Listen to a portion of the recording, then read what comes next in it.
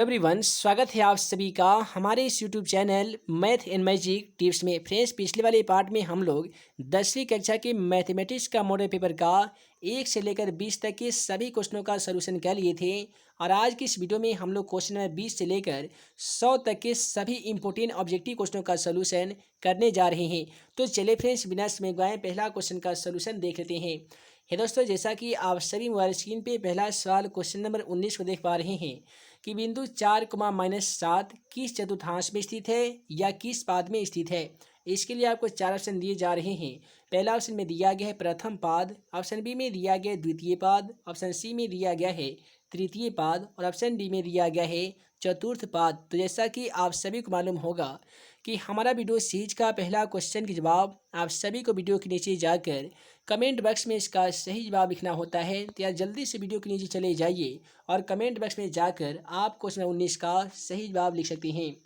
उसके बाद में अगला सवाल क्वेश्चन 20 हमारा कहता है कि समांतर श्रेणी 10, 7, 4 डॉट डॉट का 20वां पद ज्ञात कीजिए। यहाँ पे हमें ज्ञात करना है 20वां पद, और 20वां पद ज्ञात करने का आसान फार्मूला a+20 में से a कम कर लीजिए, उसके साथ d लगा दीजिए, यानी a+19d हमारा फार्मूला हो जाएगा। तो सबसे पहले हमें चाहिए a का मान। a को हम लोग कहते हैं प्रथम पद जो कि 10 दिया गया है। उसके बाद में हमें ज्ञात करना होगा सार्वंतर यानी डी का मान। तो डी ज्ञात करने के लिए आसान फार्मूला a2 - a1 होता है। a2 की मान की बात करें तो यहाँ पे 7 दिया गया है 2 का मान, a1 का मान तो 10 है। अब यहाँ पे 10 में से 7 में से यदि 10 घटाएंगे तो -3 बचेगा जो कि डी का मान होगा। तो हम यहाँ पे क्या करेंगे, a का मान के बदले में 10 लिख सकते हैं। उसके बाद में 19 गुने डी का मान। तो दोस्तों डी का मान यहाँ पे -3 आया है तो हम -3 लिखेंगे। उसके बाद में 10 का 10 हो जाएगा। 19 में यदि हम -3 से गुना कर देंगे तो 19 यहाँ 57 होता है जो कि माइनस में हो जाएगा। उसके बाद में हमें क्या करना है कि 10 में से 57 को माइनस करना है। तो दोस्तों 10 में से 57 को माइनस करेंगे तो जाहिर सी बात है -47 हो जाएगा। आइए ऑप्शन के माध्यम से देख लेते हैं। यदि आप ऑप्शन डी को देखेंगे तो -47 दिया जा चुका है, अतः क्वेश्चन का सही जवाब ऑप्शन डी हो जाएगा -47। उसके बाद में अगला सवाल क्वेश्चन 21 को देखिए कि दो समरूप त्रिभुजों की मध्यिकाओं का अनुपात 4:9 है। तो इन त्रिभुज के क्षेत्रफलों का अनुपात क्या होगा। याद रखिएगा, जब भी आपको क्वेश्चन में मध्यिकाओं का अनुपात दे दिया जाएगा तो आपसे पूछा जाएगा कि उसका क्षेत्रफल का अनुपात क्या हो जाएगा। तो यहाँ पे क्या कीजिएगा कि जो अनुपात आपको दिया गया होगा ना, सेम टू सेम उसी को आपको स्क्वायर कर देना है, वर्ग कर देना है। यानी 4 का स्क्वायर कर लीजिए तो 16 हो जाएगा, 9 का स्क्वायर कर लीजिए तो 81 हो जाएगा। तो है दोस्तों 16:81 ऑप्शन डी में दिया गया है, अतः क्वेश्चन का सही जवाब ऑप्शन डी हो जाएगा। उसके बाद में अगला सवाल क्वेश्चन 22 को देखिए। क्वेश्चन 22 हमारा कहता है कि यदि a x² + bx + c = 0 के मूल समान है तो c बराबर क्या होगा। तो सबसे पहले हम लोग d बराबर देखते हैं। तो d बराबर एक फार्मूला हमारा होता है b² - 4ac। इसे हम लोग ऐसे भी लिख सकते हैं कि यदि b² लिखते हैं तो जो -4ac दिख रहा है बराबर की तरफ जाकर ये प्लस में 4ac हो जाएगा। यदि हम केवल यहाँ पे c छोड़ दें, चूँकि हमारा c का मान ही ज्ञात करना है, तो यहाँ पे तो b² ऑलरेडी था और 4a यहाँ पे मल्टीप्लिकेशन था यानी गुना में था, बराबर की उधर जाकर 4a भाग में हो जाएगा। यानी c का जो मान आ जाएगा वो b²/4a होगा। चलिए b²/4a ऑप्शन बी में दिया गया है, अतः क्वेश्चन का सही जवाब ऑप्शन बी हो जाएगा। उसके बाद में अगला सवाल क्वेश्चन नंबर 23 को देख लीजिए। दोस्तों क्वेश्चन 23 कहता है कि वृत्त के उस त्रिज्याखंड का क्षेत्रफल ज्ञात कीजिए जिसका त्रिज्या 14 सेमी और त्रिज्याखंड का कोण 90 डिग्री है। तो यहाँ पे यदि आप ऑप्शन में देखेंगे तो सभी ऑप्शन में पाई मौजूद है। इसी हमें ये पता चलता है कि इस क्वेश्चन का जब सॉल्यूशन करेंगे तो पाई का मान हमें नहीं बैठाना है। तो त्रिज्याखंड का जो क्षेत्रफल का फॉर्मूला होता है वो πr² होता है। तो हम क्या करेंगे, पाई के बदले में पाई लिखेंगे। आर का मान यानी त्रिज्या का मान 14 दे रखा है तो 14 का स्क्वायर कर सकते हैं, या 14 को हम लोग 2 बार इस प्रकार से गुना कर सकते हैं। उसके बाद में गुने थीटा का मान दोस्तों 90 है तो आप यहाँ पे 90 लिखिएगा, बटा में 360 है तो 360 को सेम टू सेम लिखिए। देखिए 1 0 से 1 0 कट जाएगा, ये 9 चौका 36 जाएगा, ये 2 दूनी 4 और ये 7 दूनी 14 होगा, फिर ये 2 काटेगा 14 को 7 मरतबे।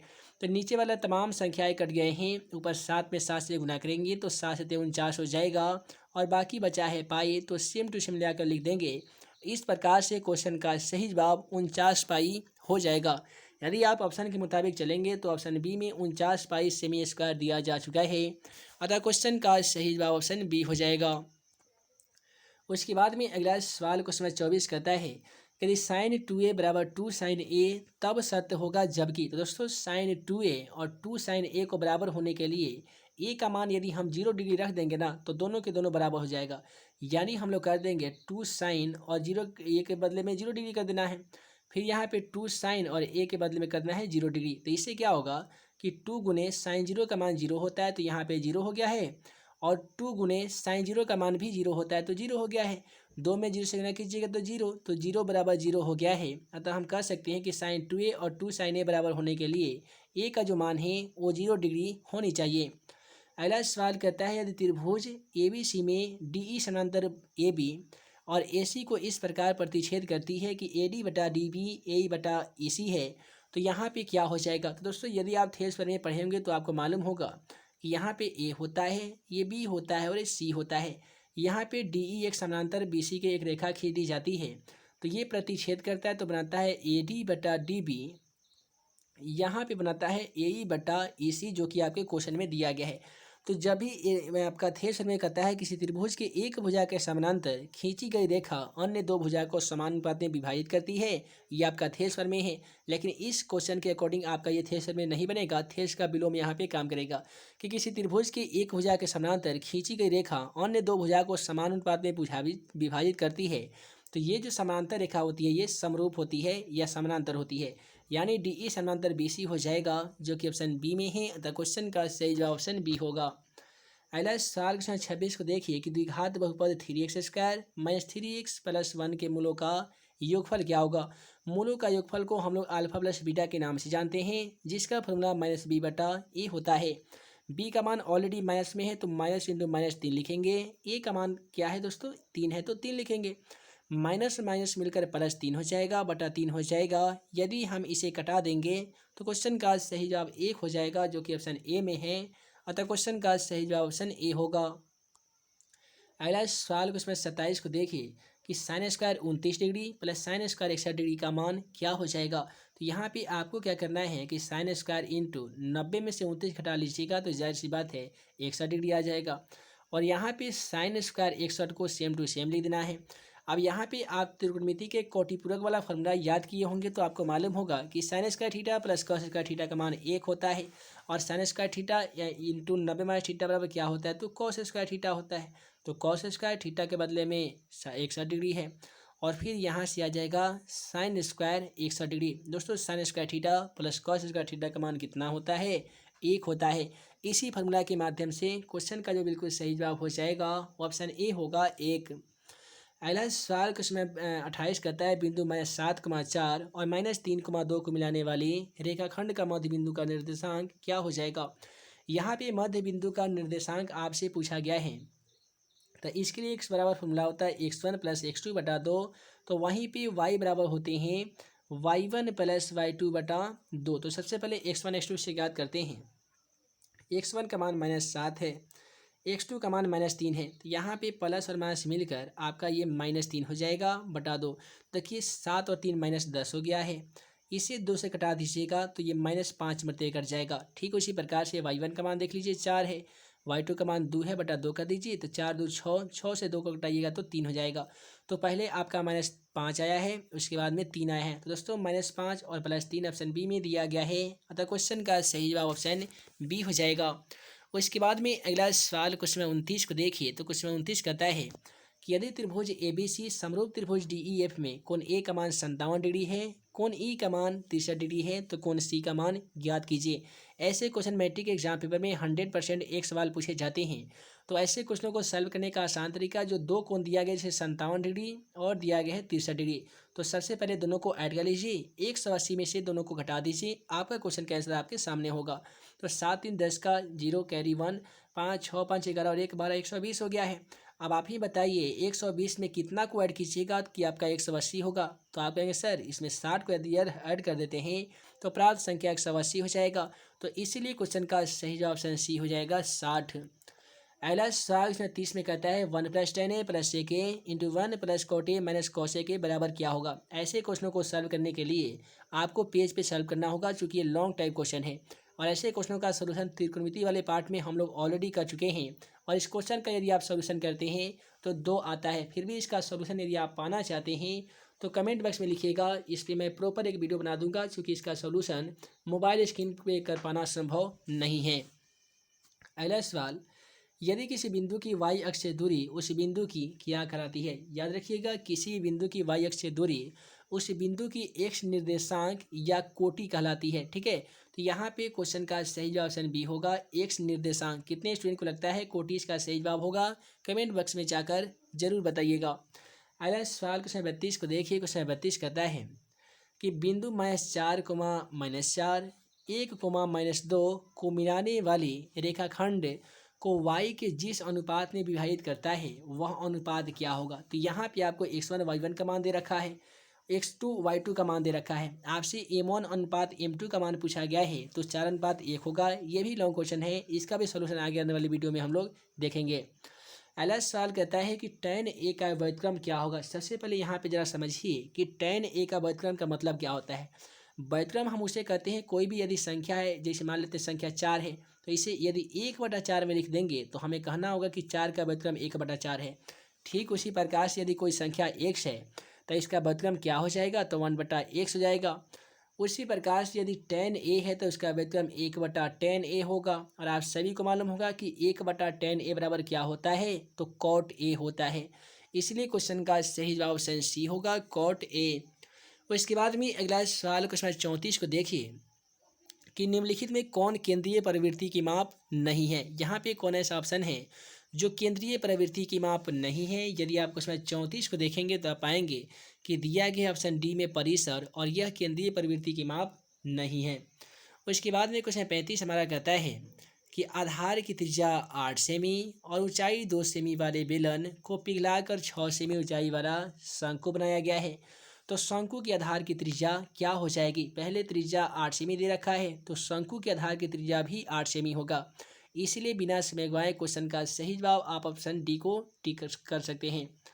अगला सवाल यहाँ पे क्वेश्चन 36 को देखिए, कहता है कि 12 कोसेक स्क्वायर ए माइनस 12 कॉट स्क्वायर ए बराबर क्या हो जाएगा। तो यहाँ पे 12 को दोनों में से कॉमन कर लीजिए, तो यहाँ पे बचेगा आपका कोसेक स्क्वायर ए माइनस में बचेगा कॉट स्क्वायर ए। उसके बाद में क्या कीजिएगा कि 12 को 12 लिखिएगा, कोस हटेगा तो गुना हो जाएगा।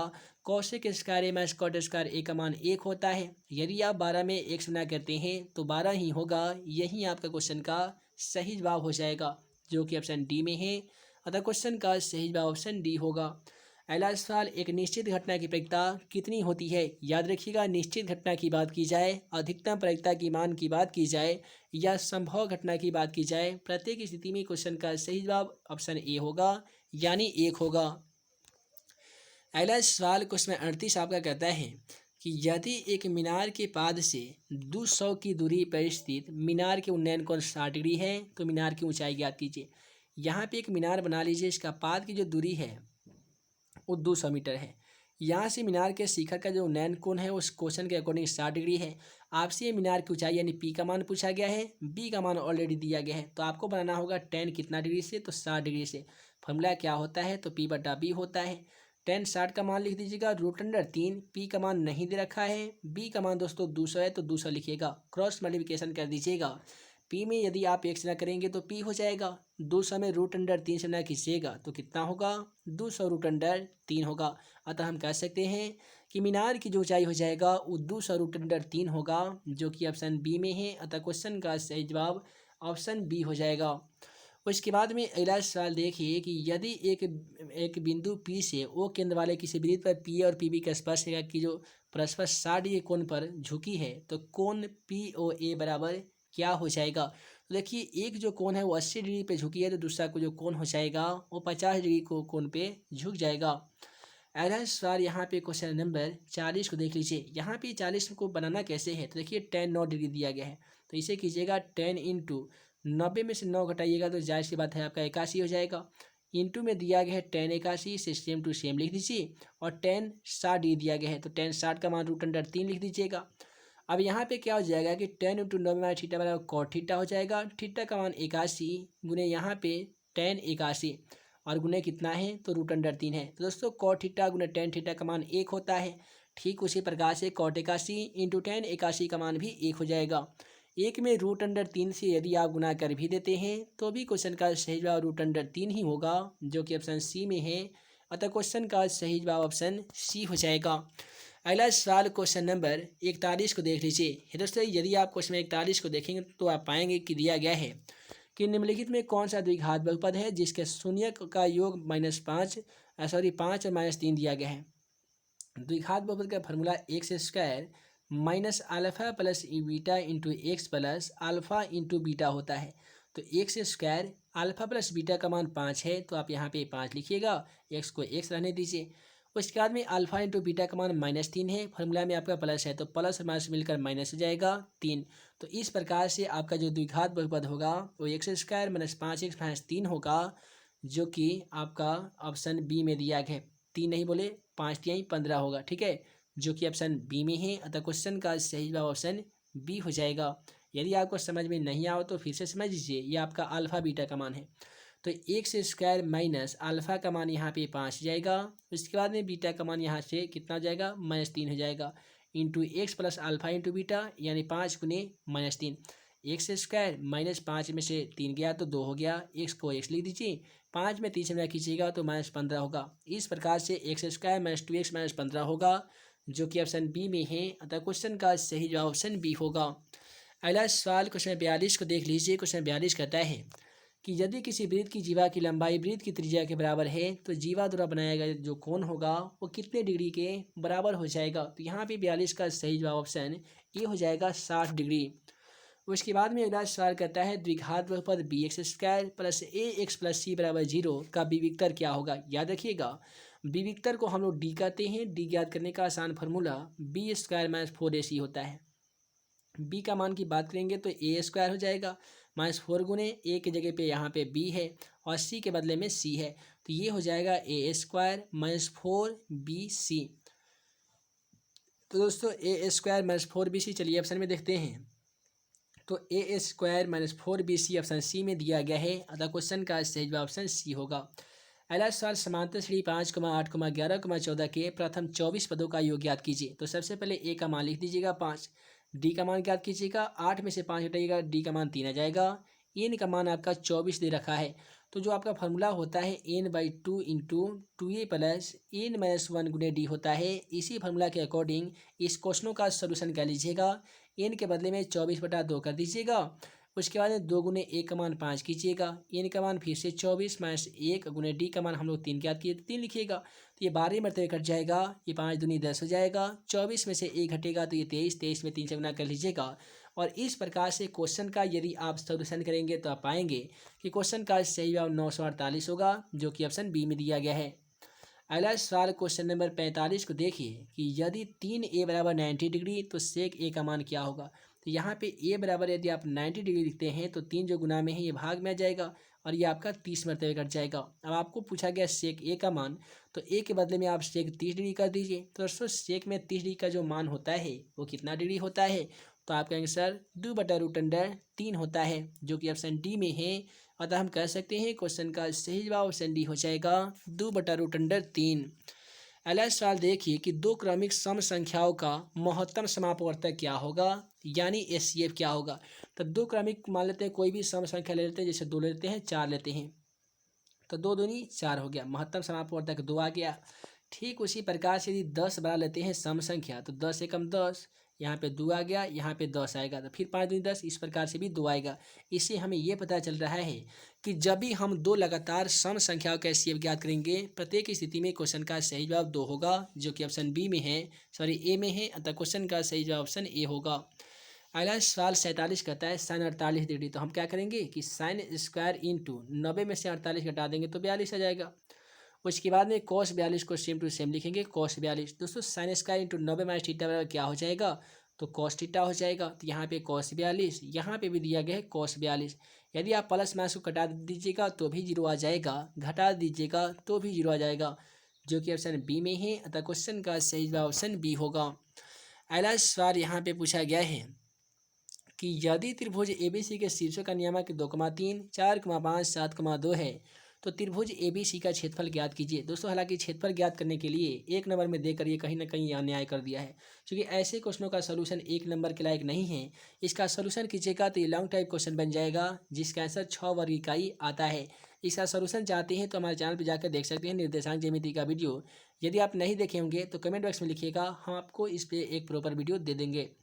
अगला सवाल, यदि दो वृत्त एक दूसरे के अंतः स्पर्श करते हैं तो भैनिष्ठ स्पर्श रेखाओं की संख्या कितनी हो जाएगी। तो यहाँ पे जो क्वेश्चन है 50 का बिल्कुल सही जवाब हो जाएगा, वो ऑप्शन बी होगा। बोला है कि दो वृत्त एक दूसरे को अंतः से स्पर्श करते हैं। यहाँ पे ये स्पर्श कर रहा है तो उभयनिष्ठ स्पर्श रेखा की संख्या, उभयनिष्ठ का मतलब होता है दोनों में, तो उस रेखा की संख्या कितनी होगी जो दोनों को छूते हुए जाएगी। तो यहाँ पे एक ही ना हो रहा है, इसलिए क्वेश्चन का सही जवाब ऑप्शन बी होगा 1। तो दोस्तों वीडियो लंबी ना हो, जिस कारण मैं इस वीडियो में आप सभी को क्वेश्चन 20 से लेकर 50 तक के यानी टोटल 30 क्वेश्चनों का सोल्यूशन बता पाया हूँ, जो कि आपके मैट्रिक के एग्जाम के लिए काफ़ी इंपॉर्टेंट है। बहुत ही बढ़िया तरीके से आपको सोल्यूशन करके समझाने की प्रयास किया हूँ।